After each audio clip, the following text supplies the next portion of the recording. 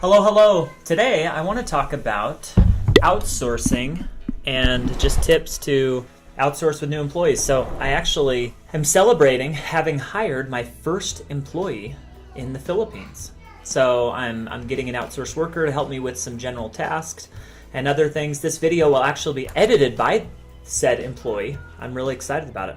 So there are a few things. I want to talk about three tips that I think will work well. Also coming from a guy that's managed quite a few, 50 or so employees of my own over the last several years.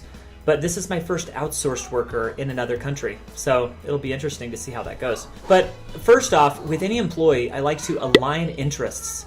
Figure out what they want, where they want to go long term, why they're getting a job, and make sure that their big picture, I can be some part of that and I can help them get to it. So I'm not just a stepping stone or a lily pad. That's sometimes a hard conversation, and sometimes you can't get there in the interview process, but over the first several months, just really getting to know what they want and if you can help them get there as well. So it can be mutually beneficial. So step 2 is I like to create agreed upon norms where we establish how we're going to communicate, what's acceptable, what are the working hours, how quickly should someone respond to email, how should emails be handled.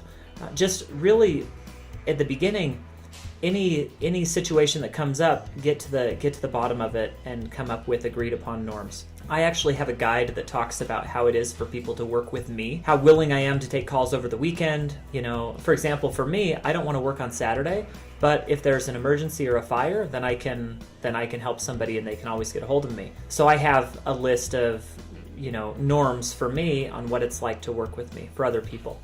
So the third step is a principle that I've learned from a book called Managing Management Time. In that book, they talk about, it's an author named William Onken, I believe. You can look it up on Harvard Business Review. It's an article from maybe 20 years ago, 30 years ago. It's where the term having a monkey on your back comes from. So in the story, there's a 100-page fable that talks about a manager having his subordinate come into his office, and he has his monkey, which is the task or the project, and he puts it on the desk of his manager, and he says, "Hey, what should we do with this?"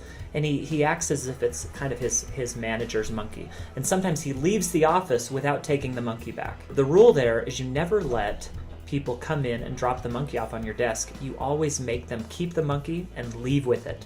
And they're the ones that tend it. And what he talks about, and what I've learned from this story, or from this analogy, is you let every employee keep all of their monkeys, but they can bring them back every day for guidance on how to handle it with the manager-employee relationship, because that's the manager's job, is to help the employee solve problems and remove roadblocks. So at first, you may have your employee come into your office every day. You might have a set appointment every day where you talk about how to handle that monkey, and then over time that can go to every week. So there's the analogy of giving a dog too much leash. I hate to use that sort of analogy with humans, but I think you can give people too much leash or too much freedom. And when you do that, when you give them too much leash or too much freedom, many times that's because of a laziness on the manager's part or a lack of planning on how you're going to be successful with that employee. So a lot of times people say, well, I don't want to bug my employee or get on them too often because that's micromanagement. I don't think that's micromanagement. I think that's management. And micromanagement comes in when there's a lack of trust. Okay, micromanagement is management without the feeling of trust. What I've done a lot in my consulting is encouraged employers, when they bring a new employee on, to overmanage and to provide lots of direction and lots of management initially, and then so it's a really tight leash, and then you let that leash go. You give them more leash over time as the trust is built. I'd love to hear what you guys have to say. Tips for managing outsourced employees, just tips for managing employees in general. Please comment below.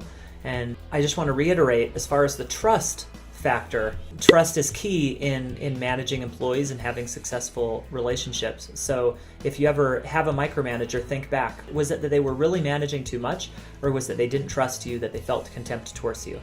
So comment below, like, subscribe. Thank you for being here, and we'll see you next time.